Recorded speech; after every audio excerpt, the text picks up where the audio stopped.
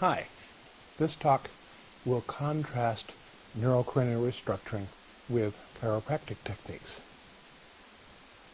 So as you may know from the history-oriented videos that I've also made, the chiropractors started in the 1890s with the announcement by Dr. Palmer in, I believe, 1896, that he had developed this technique that he now called chiropractic.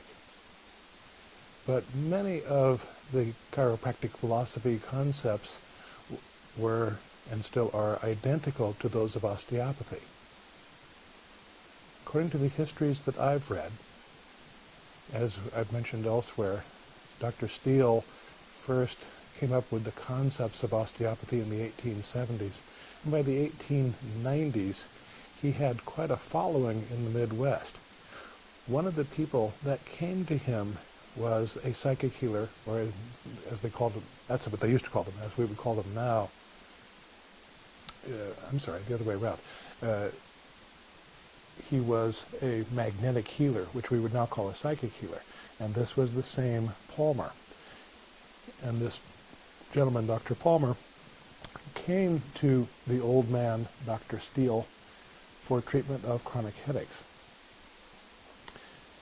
The histories don't mention how many treatments he may have had, but within 2 or 3 years, he developed chiropractic, which had many of the same fluid flow optimization concepts as osteopathy, the difference being that instead of thinking about blood or perhaps cerebrospinal fluid, what Dr. Palmer talked about instead was nerve flow, so that he wanted to move the bones with his hands. That's the chiro. Chiro is the Greek base for hands.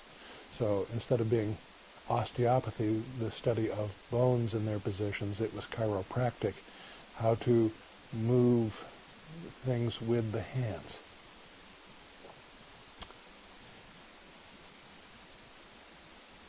So to contrast that with neurocranial restructuring, we agree with that concept of the chiropractors that we should improve nerve flow, and we should also do so by moving the bones. But chiropractic, by design and in many states based on their licensing rules, focus on moving the bones of the spine only.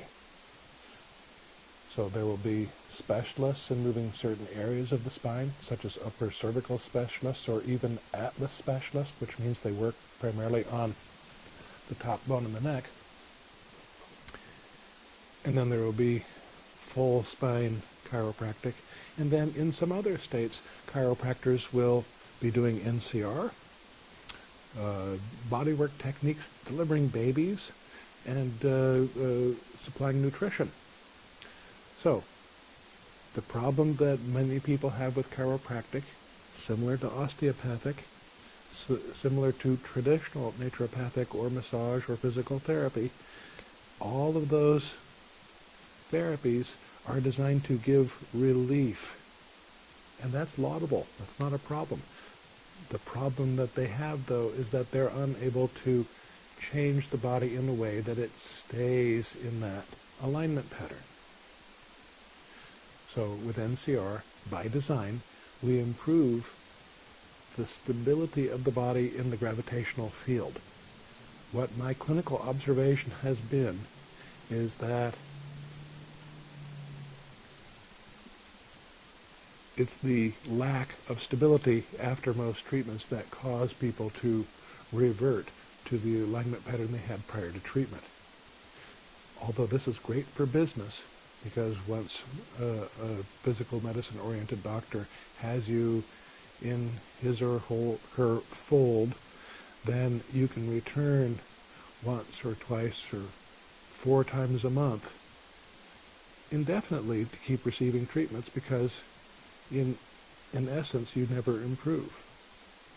With neurocranial restructuring, by design you will accumulate the results, which means that as a business customer for the NCR doctor, your days are limited and he or she must continuously market for a flow of new patients, because the old patients won't need treatments for years at a time unless they have some new accident.